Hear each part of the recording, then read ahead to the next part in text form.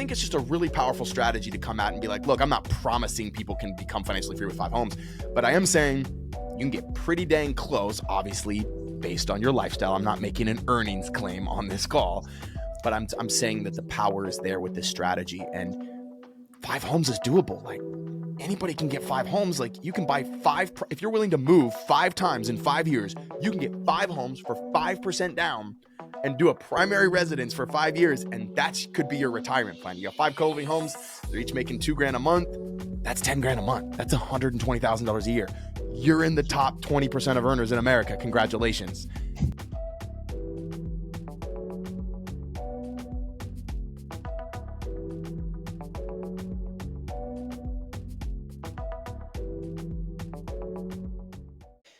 Hey everybody, welcome to Trust This. I'm Joe Seagle, your asset protection lawyer here in Florida, helping out people hide their ownership of what they own so that when they do get sued, or if they ever get sued, it'll look like they really don't own anything. So wonderful to have everybody back today. And I'm here with Sam Wegert, who is known as the CoLiving King here in the United States, lives up in Charlotte. And we're going to talk with him today about the co-living world.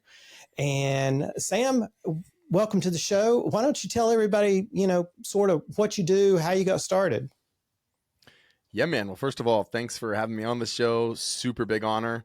I got to say, your intro, I've talked to a lot of lawyers and it always comes out as lawyer speak, but that was like very clear, concise. Like, I hope you hide what you do. I just love that. I'm stealing that concept for how I explain what we do. But yeah, man, I am all in on this asset class of co-living, and I feel like it's my job to share this message with the world about how you can actually get cash flow in real estate with interest rates being where they are and prices being where they are. Like, surprise, surprise, that's still possible in today's market.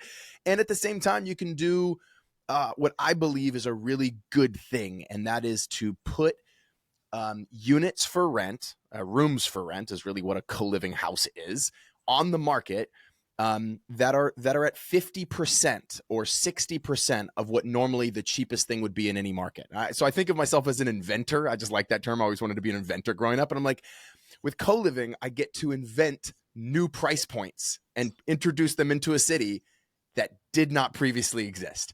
And so in that way, we're just providing lower cost housing in every city we decide to open in, or my students open in. And so it's a really cool thing. Yeah. And I got into this not because I wanted it to be some crazy big business. I just lived in co-living homes myself for 13 and a half years.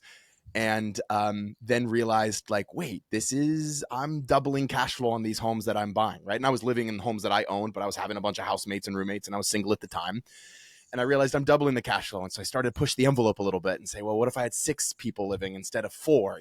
Could that work? And I created systems, and it worked. And then I was tripling the revenue that I would normally get, versus renting it out as a single family home. And I was like, holy cow. And then I had this chance meeting with Robert Kiyosaki one day. We brought him into a mastermind that we were in part of. And, he's the godfather of passive income, so to speak. And I walked up to him and I was like, hey, Robert, I don't know anybody else doing this strategy. Like, what do you think about renting rooms? And he just gave me that, like, there's times in your life where you just need a vote of confidence. And that was all I needed. He just said, it's the wave of the future, Sam. Like, keep going. And I was like, okay, I'm all in. So we can dive into any part of that you want, but that's in essence what I do. I rent rooms in homes. I help solve affordable housing. I help investors become financially free through this asset class by getting great cash flow out of real estate again. How many have you got now? How many of these properties do you have either under management or your own? Yeah, my wife and I own 197 of these doors, and we manage probably another 250 or so. And then in my community, I have 400 members in our community. We probably have another 1,000. I don't have the exact number, but 1,000, 1,500 rooms. Yeah. Are there any particular types of neighborhoods where these work better than not? Yeah, we always teach this concept. We teach 2 concepts around types of neighborhoods. We teach, it's a very technical term. It's called nice enough.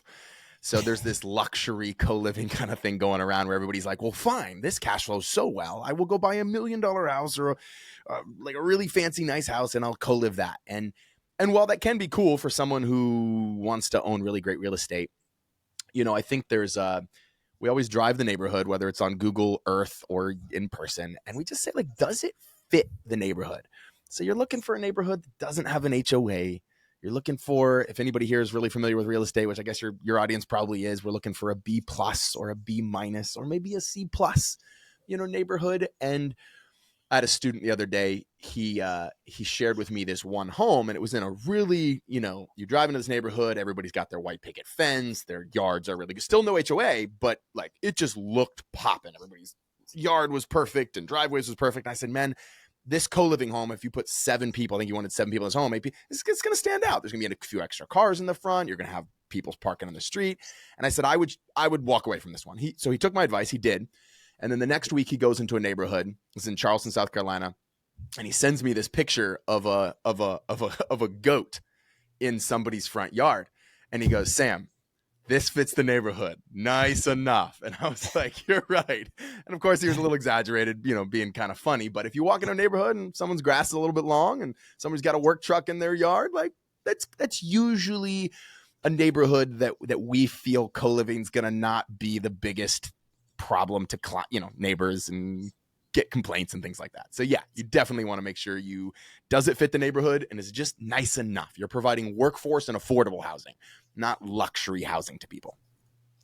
Yeah, you said workforce housing. That's a big buzzword I've been hearing lately. A lot of people, they had this negative connotation with affordable housing as being like government subsidized housing. Right. And then there's workforce housing, which is, it's people who all have jobs. It's just jobs that don't pay, school teachers and custodians and crossing guards, people like that. They have jobs. They're just not high paying jobs. Yeah. What would be a typical tenant or is that, do you call them tenants even? Yeah. Or how do you, we call them members because we use a legal strategy that gives us a little bit of flexibility. It's like a subscription service, is basically is very similar to some of the tech companies that are out there kind of using this model, and that membership agreement kind of gives a little bit more flexibility when we're operating in different jurisdictions that have really low unrelated people in a home kind of zoning restrictions. So it helps us around that. And I can go into that maybe offline. I'd even love your opinion on that as a lawyer, but anyway, that's the strategy we use.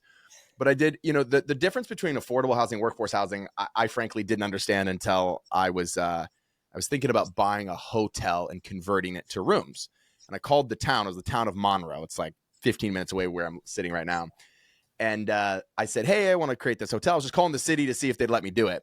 And she was like, I said, it's for affordable housing. And she goes, affordable housing? How much money do the people that are living there going to make? And I was like, I don't know, like just $50 to $20 an hour. She's like, that's not affordable housing. And she gave me some very technical definition of like, it has to fall under so much money. And she's like, what you're trying to do is workforce housing, right? And I think that is probably a little bit more accurate in terms of at least what I focus on with my company. And that is, it's people who make $15 to $25 an hour that after tax just cannot afford a studio apartment, which is normally the cheapest thing in every city, in that city. And it's like airports have tens of thousands of these employees, literally tens of thousands between all the service, between all the restaurants that are in airport, it's tens of thousands. You have Amazon distribution centers, you have Walmart distribution centers. Just think about anybody you interact with, the person that puts the tires on your car, the person that serves you at Starbucks, the person that serves you as you walk into Target and checks you out in the grocery. It's like there are hundreds of thousands of these people in every city in America. And it's kind of this weird middle ground of like, they need some alternative options. So a typical member for us is going to be, vetted very similarly to anybody that would rent a normal apartment, right? We're going to do a background check. We're going to do an in-person screening on them. We're going to walk them through the home. We're going to do a showing just like they would rent an apartment. And then they we do an income verification of 3 times the monthly rent. But monthly rent in Charlotte, for example, it could be anywhere from $700 a month to $1,000. So, you make $2,100 a month. You got approved for, you can get approved here to live. And so we are looking for those people. Now, we don't accept vouchers, but the U.S. Department for Housing and Urban Development did just come out, I guess, back in 2021 and just came out and said, look, you can now use housing choice vouchers, right? Previously known as Section 8 for rooms, not just apartments or homes. And so that's a big thing that people can do. And you can get guaranteed government rent for renting out your rooms. Like it's a thing. And it's not cheap. Like in Charlotte, the voucher price right now, and don't 100% quote me on this because I think it changed in 2025 from 2024, but I think it's like $850 for a room if you include utilities. We always include utilities. So it's significant in what the government will pay you if you're willing to kind of play by their rules and fill out their forms and accept vouchers. So yeah, huge need though. So when you set up a house, let's say you find the house, it's in the good enough neighborhood, Yeah. and you've got the right tenant mix in that area. What kind of work do you have to do to a house to get it prepared for this? Yeah, man. I think it's co-living is usually a matter of adding walls, doors, closets, and maybe additional bathrooms. And it's always a puzzle piece engineering, kind of like we always start with a floor plan. So we use this app. I don't know if you ever use this app. It's called Cubicasa. It's the coolest app in the world. You walk through a home with your camera on, and it spits out a floor plan with measurements that is insanely accurate. I don't even know how it does it. It's some AI like crazy stuff. It's amazing. So then we take that floor plan and we just play engineer. We're like, what if a wall was here? Does the home still flow well? Because we're still trying to create a flow, right? What if the door was here? What if we added a closet here? And we're always kind of thinking in the back of our head.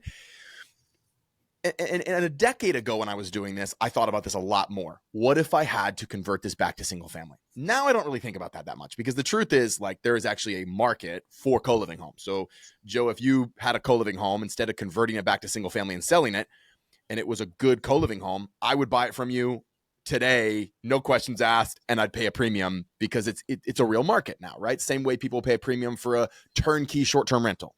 So that's coming to this market as this kind of wave expands. I forgot where I was going with that. I had a point with the original question. Oh, what work do we need to do to the property? So yeah, so we try to keep a 3-to-1 bedroom to bathroom ratio. There's some companies out there that say a 4-to-1 is fine, or a 5-to-1 I've even heard is okay. And it's like, man, we're trying to create a space. You know, this is how we differ from a lot of the tech companies doing this. A lot of the tech companies doing co-living are furnished rooms, week by week rentals. And that is not our model. Our model is an unfurnished room. So you move your own things in, 12-month agreement initially, similar to an apartment. Now you could sign a 6 or a 3 at a premium, but same as like an apartment complex would. And we furnish the common areas. So we're trying to create a home that's a lot longer term of a stay than this week by week thing. I'm renting for a week. Maybe I'll move to a different house, rent for another week kind of vibe. That's what we're in. So we want to create a clean, a quiet, a safe place that has bathrooms, that flows really well, still feels like a house, still feels like a home. And so all of our homes, like for my company to manage it, it has to have a common area.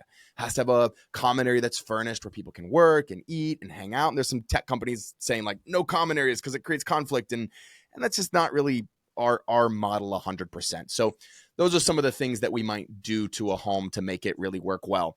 Now, I want to add one caveat onto this. I'm in the process right now of building 2 duplexes, one actually in Black Mountain, downtown Black Mountain, which I'm really excited about, and then one in Charlotte here. And we're building from the ground up these co-living buildings. And I'm building a 17-bedroom, 16-bath duplex.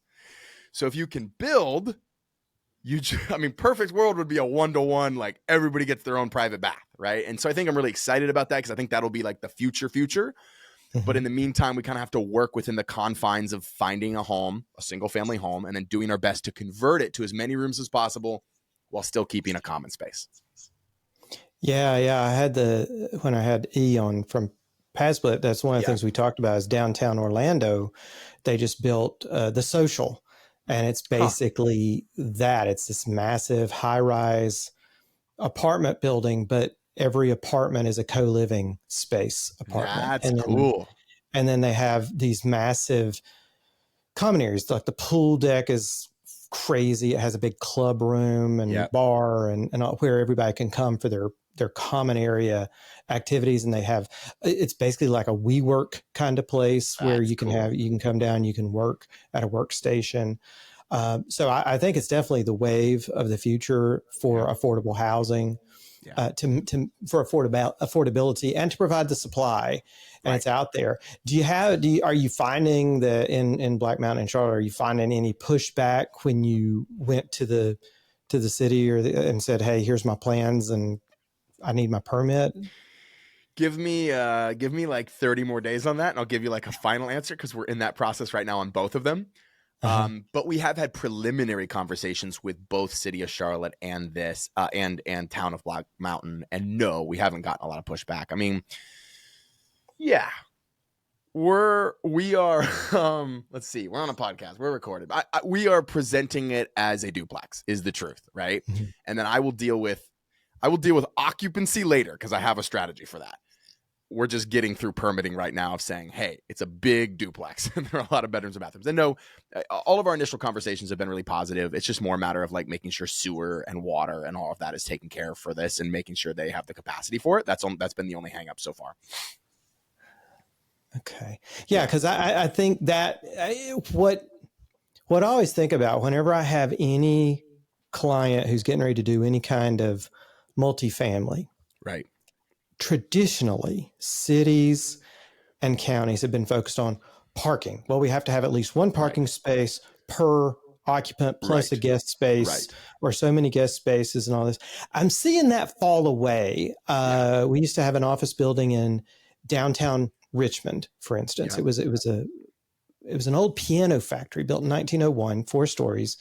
And then when it was developed, initially, when it was redeveloped from a piano factory into an office building in the 1980s, they said, well, you have to have a parking lot with this that has at least this many spaces. Right. So Right. we had this building, and then we had a parking lot that was one block over, and it had about 27, 28 spaces. Yeah.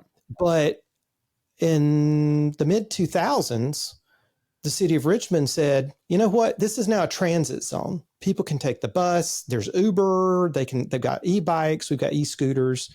So no longer do you have to have so many parking spaces per living space or per office space. Yeah. And when they did that, suddenly now we could bifurcate. We had the building and we had the parking lot, and we could sell them separately. We sold the building separately. The person buying our building didn't want the parking lot, so we sold that. We ended up selling the parking lot for more than we sold the building for, because they were going to take that lot and turn it into another building. The people who bought that. So I'm seeing that, and I think that's going to help this trend of, yeah, you may have all these bedrooms and bathrooms in this duplex, but we're not going to require you to have a parking space for every bedroom you've got, because that's insane to do that anymore. Are you finding that most of your tenants or your members, that they like to use public transit more than driving their own car? Yeah. And I want to address something too. I think every city, like, we take a lot of time to study zoning. My team goes around the country and like is trying to figure out, we call it co-living friendly scores of different cities.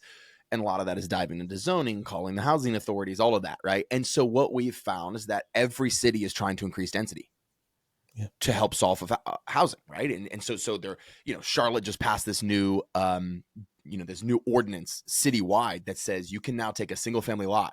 And actually, what I'm building, my duplexes are on a single family lot, because they said you could build duplexes, triplexes, quadplexes, all on single family lots anywhere in the city, like minus like certain areas based on the zoning, right? But like, my point in saying that is like, we are getting through co-living, we're doing what every city wants, like right out of the gate. We're solving affordable housing, we're increasing density in the same area, and that's very powerful. It's very attractive to cities once they understand it, right? So there's some initial like, wait, whoa, what's going on? But then once they understand it, it can be a really, really, really powerful strategy. So I'm glad you mentioned that, because I do see that too with almost every city. It's like California wants an ADU at the back of every single property, right? And Charlotte's trying to make sure that the city doesn't have to grow crazy huge to keep the same number of people in it. So, I wanted to make that note. What was the question that you just asked? I forgot it. So do most of your tenants, I mean, they're workforce and they can barely afford a place to live. Do most of them have cars that they need to worry about where to park, or most of them using public transit anyway? Yeah. Ours are about 50%. Yeah. So if we have a 8-bedroom house, 6-bedroom house, 3 people are going to have cars, and the rest. And then it also depends, though, too, largely on how close the house is to public transportation. So we'll get people that have more cars to the homes that aren't close to public transportation, but that's a huge plus. If you're walking distance to a bus stop, or I bought a home, we have this thing called the light rail. It's just a small train that kind of takes you around. If you're close to that, like, you're golden. That house will fill so fast, because it absolutely is a piece of the calculation when people are choosing where they want to live is how close are you to public transportation?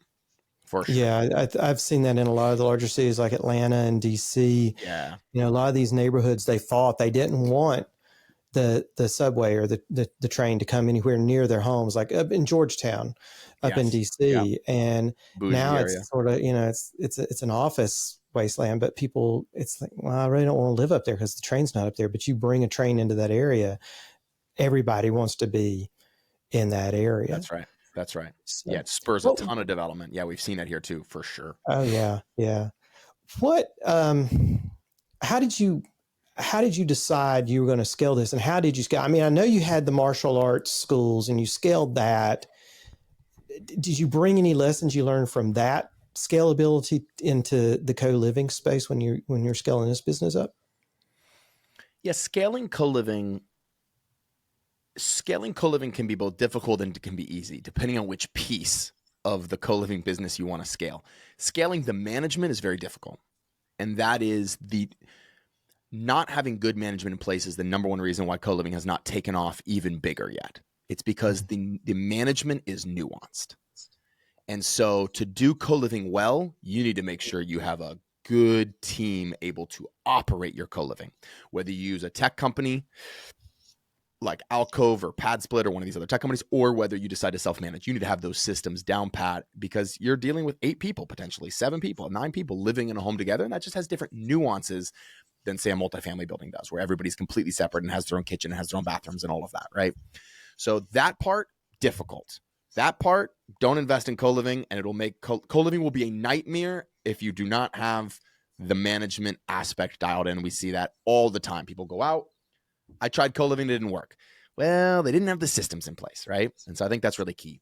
Buying homes, you can scale that fairly easily. I mean, if you're unless you're brand new to buying homes, but I mean, we're finding 90% of the homes that my wife and I bought, maybe more, I mean, 95%, have all been bought on market, just on market MLS deals that cash flow thousands of dollars a month. And the reason they do that is because it's not a crazy, I don't believe that will be forever. Those homes will disappear faster once more people get into this space. But we're at this space of where co-living is right now is where Airbnb was in 2011, in my opinion.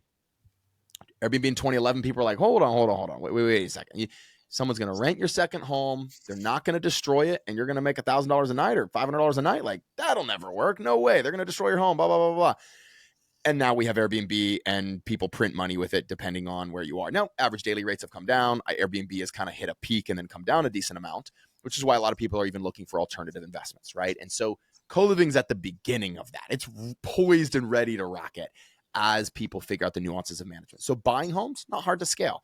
Rehabbing homes, not crazy hard to scale if you have decent rehab experience. It's not that complicated. It's the management that I really try to preach people need to have the system for or the team for before they go all in on a strategy. So I built a chain of martial arts schools across Virginia, North Carolina, and South Carolina. That was my first gig. And if anybody here knows anything about building martial arts schools, it is the hardest business to build because there's nothing tactical, physical to it. It's all emotion.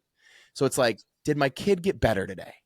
Yes, I will keep paying you because I think he's getting better. I feel he's getting better, right? That's what you're selling. You're selling a feeling. You're selling an emotion. And then it's all people on people contact, right? So you have instructors that deal with students that then pay, and the salespeople. And so building that times multiple locations is the hard. I love the experience I got in martial arts, but that is a business I would not want to scale. And there are very few people who have scaled that past 10 locations. I mean, it's just very, very, very difficult, and it's not that profitable. It's like super thin margins. So yes, to answer your question directly, scaling a martial arts business directly impacted my ability to scale this business. And I think we're just getting started. I don't even really feel like we've scaled that much, but setting the systems up. I mean, it's so much nicer to be in a business where what I'm selling is needed, not desired, and like is a disposable income kind of expense. I'm in something that people need. That's way easier to sell than, hey, you really should get your kid in martial arts because it will help his discipline and his confidence. Like it's easier to sell the housing. So I hope that kind of answers your question. I kind of answered that in a roundabout way, but I brought a lot of those lessons in for sure. You've scaled the management though. How have you scaled the management, even dealing with, difficult tenants? What are some of the big hurdles in the management side of I mean, you've got hundreds of co-living spaces. And basically lots and lots of people living together in very close quarters. How do you handle that? The arguments that may arise, or the unhappiness that may arise with those people living together? Yeah, it's a super valid question. I think it helped me to scale the management of co-living because I lived in co-living homes for 13 and a half years, and I understood a lot of what could happen in a co-living home. So I'm just going to read off a little list here that I just quickly pulled up while you were asking this question of all the things that could go wrong in a co-living home. And these are just a few. I won't even go all of them, but I think this will give people the balance to what I'm saying. Like, the pro of co-living, you can actually get a single family home to cash flow 2, 3, 4. Somebody in my course told me the other day that they have one home and it cash flows $5,000 a month, one home. And I was like, holy cow, I haven't even heard. Like, it's insane. The con of co-living, what I'm about to read to you is the con, right? So someone could be smoking in the house, and they shouldn't be smoking. They could be doing drugs in the house. So you have to have a system, a flow for that. We have a flow that includes a warning, a fine, and then termination of their membership agreement, right? Someone could be having too many guests overnight because we limit it to 5.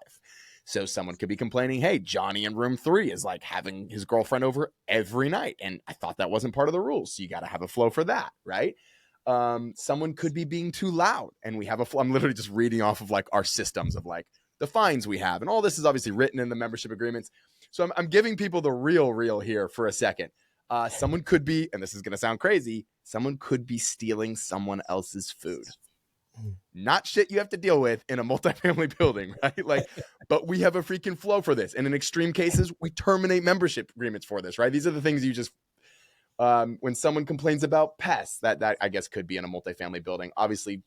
And I'll just go through a couple more because I really want people to understand, right? But these are the things, like, it takes some work to figure out. And if you figure it out and you're willing to kind of learn it, then there's a risk reward to life, right? And that's what we were able to do. I have a whole flow here for Wi-Fi issues because we provide the Wi-Fi. As you can imagine, if Wi-Fi is down, like, people work from home. It changes their life. And guess who has to deal with Wi-Fi issues, right? So these are just a few of the things. And I have a whole flow for violent behavior. Someone getting aggressive. Right? And so wow.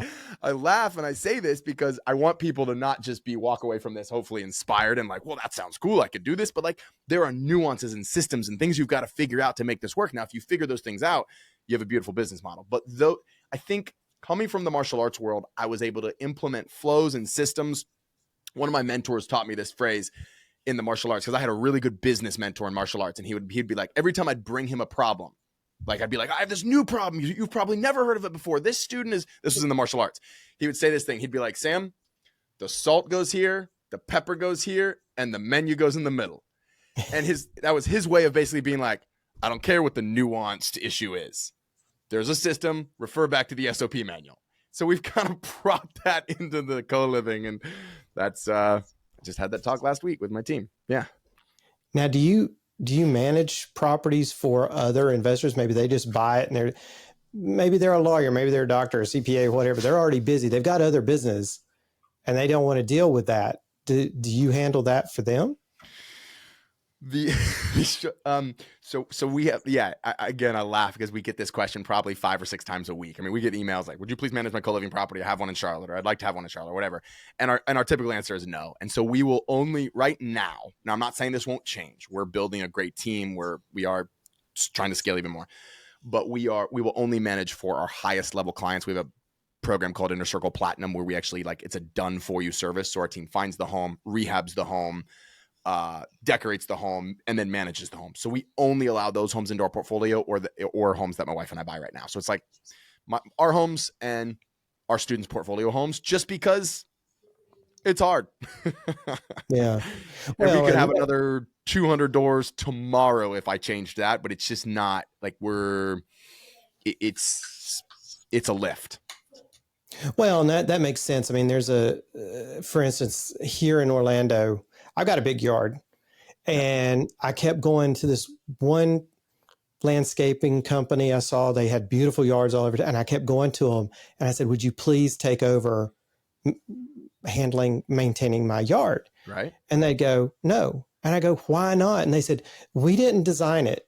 We didn't install it. If we don't install it, design it, we're not maintaining it, because we put the yards in a way that we can maintain them the most cost-effective way, the easiest way we can do it. And it sounds like you've sort of got that same model. It's like, well, if we didn't set it up to begin with, we're not going to jump into somebody else's problem.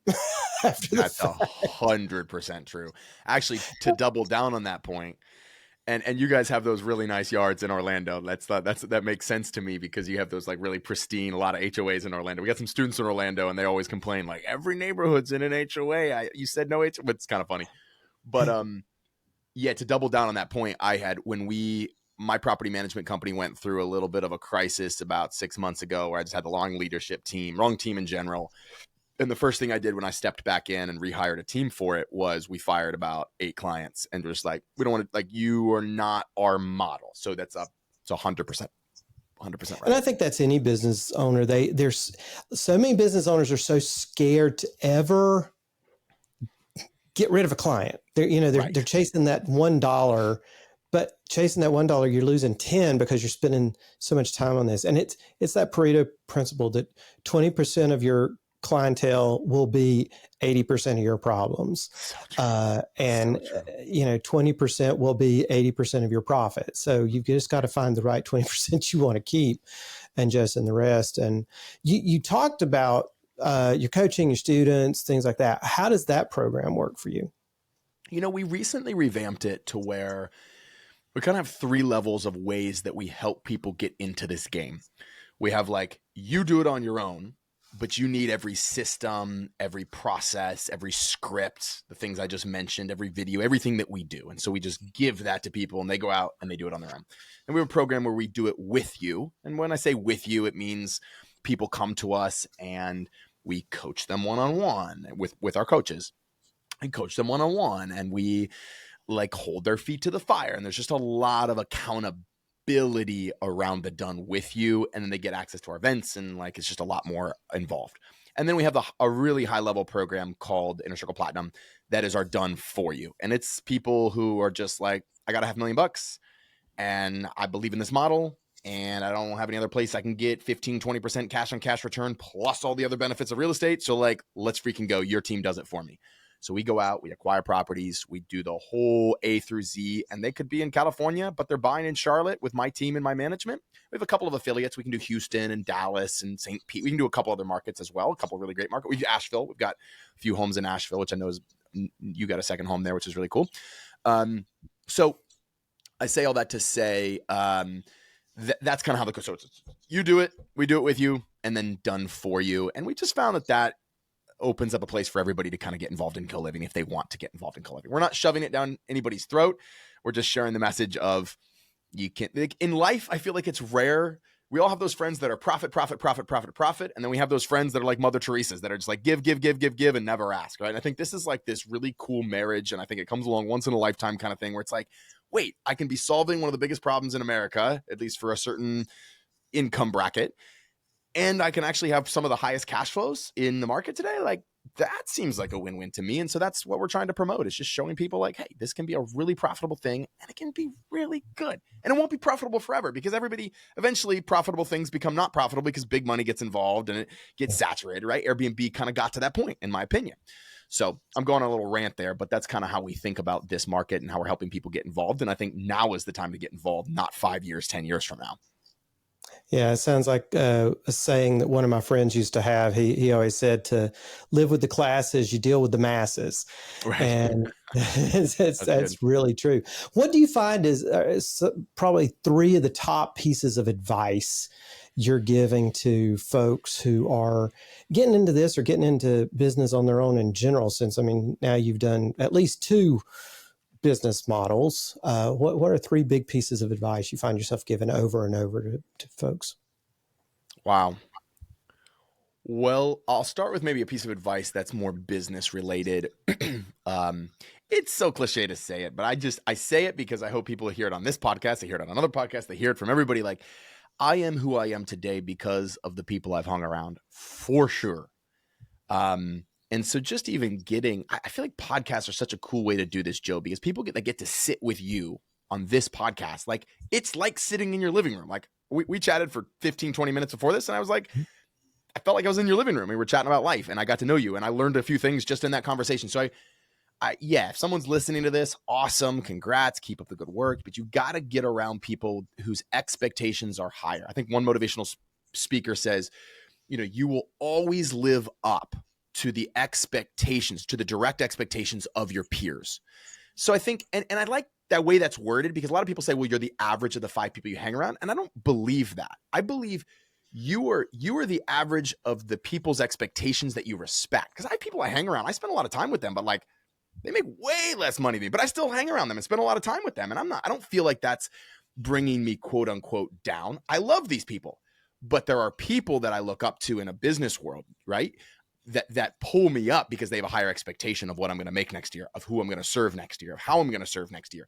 So I think just, who's around you and what are their expectations of you? And you want people around you with high expectations of you, right? So that's been really powerful, I think, just as a general rule for me. And I know that's cliche to say, and it's popular in this world, but that would be one piece. You asked for 3. Second piece of advice, co-living or business. In co-living specifically, I would just say the biggest thing is buy a bigger house. I get these people that'll go into the co-living world and they'll be like, okay, Sam, like I found a 1,500 square foot house and it's going to have 4 rooms. Like, that's co-living, right? And I'm like, hey, the minimum we look at is 6. We won't even touch a home unless it's 6. And right now, I can't tell you the last time I bought a 6 or a 7. It's 8. It's 9. It's 10. And I know that sounds crazy to people listening to this. And they're like, there's no way that works. How's that legal? Blah, blah, blah, blah, blah. But like, there are people doing this times thousands of. I'm doing it times hundreds. But you mentioned you had E on the podcast. He's a good friend of mine. He's a pad split guy. They just hit 16,000 rooms, right? So my point in saying all this is you gotta kind of go bigger. One of my good friends just bought his second home in LA. And he paid a lot of money for this house at the height of COVID. And he was going to start with a 4-bedroom home. And his mentor at the time just said, no. Go all out, buy the biggest dang home you can find in LA. So he did. And he turned it into, he's got a 9-bedroom home and he's got a 10-bedroom home. And from that, he nets like $6,500 a month from these 2 homes in LA. And he quit his like big corporate job that was making him like 6 figures. And so it's like a really cool story. He's 29, I think, 29, 28, like this young kid, right? So it's like there's a story of someone who was going to go small, but then got mentorship and decided, hey, this can work with the right systems at a bigger level, right? And so the cash flow difference between a 4-bedroom home and an 8-bedroom home is insane, right? The net, because the last 3 people are all your profit. The last 4 people are all your profit. First 3 or 4 pay all your bills, right? So that's one thing we kind of consistently kind of push people on, of like, hey, it's okay to have a little bigger house. And some people aren't comfortable with 7, 8, 9, 10. One of my students just launched an 11-bedroom home and it's full. It's crazy, but like even that blew my mind, right? So it can work at these bigger levels. Some people are more comfortable with 6 or 7, but that's another piece of advice. And then if I had a third piece of advice, co-living, I'll go co-living since we're kind of deep diving into that. I would just say beginners in real estate never underwrite a home accurately because they don't put in enough cushion. And so one of the things I feel like I'm coaching people on a decent amount is like, hey, you need capital expenditures. What happens when a roof goes out or fridge goes out? You're going to need just miscellaneous repairs. Like, let's stick a budget in for both of those. Your vacancy is not going to be 3%. It's going to be 8 to 10%, right? Like, just adding in this cushion where the numbers are accurate. And that way, if something crazy happens, you have a cushion, you're protected a little bit. And so that's a lot of what we coach people on, is just making sure they're making good decisions. They're not doing it wrong. We're trying to keep people from having to go for a decade to the school of hard knocks. Same thing you do, Joe, for people that want to protect their assets. And like, yeah, I could go figure all that out. I could have ChatGPT tell me, and like, but like, you're still probably going to do it wrong, right? Like, so better to pay the money and just do it right from the beginning instead of going to the school of hard knocks, like I'm sure both of us have for a decade plus, right? So that's my advice. Okay. Well, you've said that you can, as an investor, you can make a go of it. Once you get to 5 homes, you're set. Why 5? What is that magic number? How did you come up with that? So I run these things called 5-day challenges. And in these 5-day challenges, it's kind of a free event. I just put out there, if anybody's interested, they can just join my next 5-day challenges. I do an hour and a half to 2 hours of training on co-living every night. I do them once a month, once every other month, it's kind of whenever. And in that, we have this exercise. We have them we teach them how to find a co-living home. Then they go into their market on one of the days, like day 3 of the challenge. And then they do some numbers on it and they tell me what it cash flows. And based on that, and then I forgot to tell this part. On day 1, we have them go figure out how much money they need to become financially free at the lowest level. So we have 3 levels of financial freedom that we teach. We've got the ramen noodle level, like you're not making any more money. Maybe you're eating ramen noodles, but you're surviving. Then you've got comfortable, which is probably what you're living on now. And then you have what we call baller. As my Australian coach says, bala. But it's the baller number is you're flying private, you're doing everything you want to do, right? And so there's levels to financial freedom. And I wish people would understand that there's levels to this because you need to celebrate along the way. You can't just make it such. I asked someone the other day what it takes for them to become financially free, and they were like, 100,000 a month. I'm like, you're living on 4. 100 is not like, what?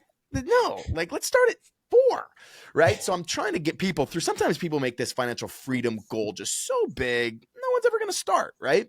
So I try to break it down for them. And then on day 3 or 4 of this challenge, I ask them, based on the cash flow from these homes, how many would it take to get to your first level of financial freedom, your ramen noodle number? And it's crazy. We'll have a couple hundred people on every challenge, and I'll see in the chat, it'll be like 1, 1.5, 2, 3, 4, 5. Every once in a while, I'll have someone be like 7. I'm like, that guy's living high already. He's living on a lot, But these are homes that cash flow anywhere from on the low end 1,000 to on the high end 3,000 or 4,000. You don't need 100 of these homes to retire. Like, not unless your goal is to fly privately, right? Like, yeah. So when I just think about the average person, and I could tell you story after story of people who have gone through, have a home, have 2 homes, have 3 homes, and that's comfortable enough for them to live where they're living. And it's a really beautiful thing. But I grew up in real estate. All my real estate mentors were like, Sam, you got to get about 1,000 multifamily units before you retire. And I'm like, 1,000 multifamily units? Like, okay, you got to get 300, whatever the number is. Everybody's got different numbers. So I think it's just a really powerful strategy to come out and be like, look, I'm not promising people can become financially free with 5 homes, but I am saying you can get pretty dang close, obviously, based on your lifestyle. I'm not making an earnings claim on this call, but I'm saying that the power is there with this strategy, and 5 homes is doable. Like, anybody can get 5 homes. Like, you can buy 5, if you're willing to move 5 times in 5 years, you can get 5 homes for 5% down and do a primary residence for 5 years. And that could be your retirement plan. You got 5 co-living homes. They're each making $2,000 a month. That's $10,000 a month. That's $120,000 a year. You're in the top 20% of earners in America. Congratulations. And anyway, I get passionate about this subject, Joe. So I'm ranting and raving now, but that's kind of how we got to that number. And it's a little hook for people to understand, like, whoa, okay, what is this all about? And it doesn't have all the management. I mean, it does have a lot of management, but it doesn't have as much management as short-term rentals, right? It's still a long-term client or member that's in that home. It's not a hotel that's cycling through every week. So I think there's even that play of like, it is more stable income than short-term rentals, right? Mm-hmm. Helene hit Asheville and I didn't have a short-term rental booking for the next 3 months, man. Like, it was rough. And we got 8 of them. So I was like, this is going to hurt very badly. And like, but our co-living homes in Asheville were fine. Like, so I think there's a lot of power in producing that stable income through co-living. I want to talk to you offline about the water situation in Asheville. Whenever you lost water at those co-living houses, how did y'all handle that? That's going to be interesting to do that. Couple of things. Number one, our mission is to help people aspire to a better life. And so we're constantly trying to give people ideas of what they can do to improve their life, put ideas out there for them.